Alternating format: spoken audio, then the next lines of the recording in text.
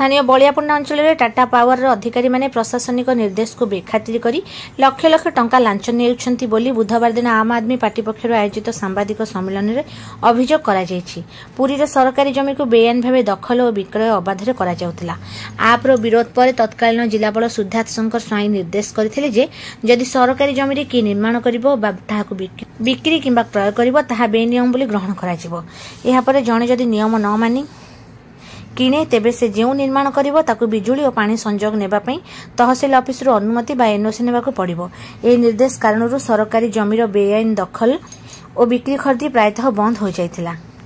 मात्र गत प्राय 8 मास हेब यह पुणी सक्रिय भाव चली।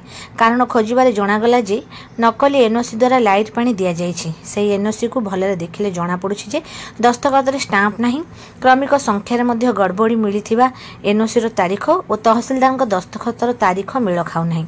तेणु एसबुर जाल और बेआईन भाव नकली एनओसी दाखल करा जाइछि बोली आप अभियोग करिछि। नकली एनओसी रे विद्युत संजोग देवाई एथिपाई से विद्युत विभाग जन प्रति 50,000 टंका लेखाएं दाबी करुछंती बोली आप अभियोग करिछि। एही बाटरे बलियापंडा अंचल टाटा पावर अधिकारी माने गत 18 मास मध्य बिजुली और पानी संजोग देवाई अन्यून 50 लाख टंका नैथिबा आप अभियोग करी जिलापाल तदंत करी दोषी को खोजी बाहर करंतु बोली दाबी उपस्थापन करिछंती। तदंत करी तुरंत कार्यानुष्ठान ग्रहण करा न गले आप पक्षरु धारणा दिया जिवो बोली सांबादिक सम्मेलन रे घोषणा करा जायछि। बुधवार प्रेस वार्ता आप्र पुरी जिला सभापति संजीव महांती, पुरी नगर सभापति रमाकांत स्वाई और कृषक नेता देवप्रधान प्रमुख उपस्थित थिले।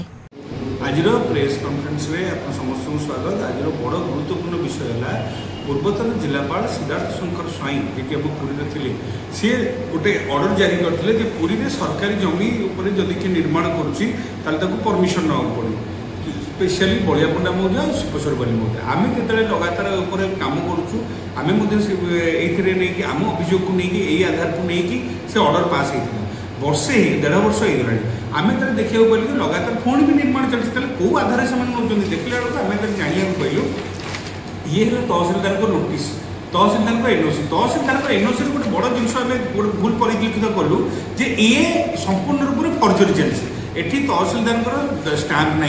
द्वितीय कथा क्रमिक संख्या जदि 15/4/2025 पत्र संख्या जदि 4/4 माने 4141 ताहले 6/4/2025 माने पूर्व 8112 केमती हम पुणी सिग्नेचर डेट है माने आपंकर 6/4 अच्छी से सिग्नेचर देखा 1/3/2025 ताମାନେ ये संपूर्ण रूप से फर्जरी ताମାନେ ये सब खाली जेरोक्स कॉपी के माने खाली दे देकी ताको ले इलेक्ट्रिक ठू लाइन नहीं आछनी ताको ले वाट करू पानी नहीं आछनी तेणु कर यह संपूर्ण रूप से फ्रॉड है।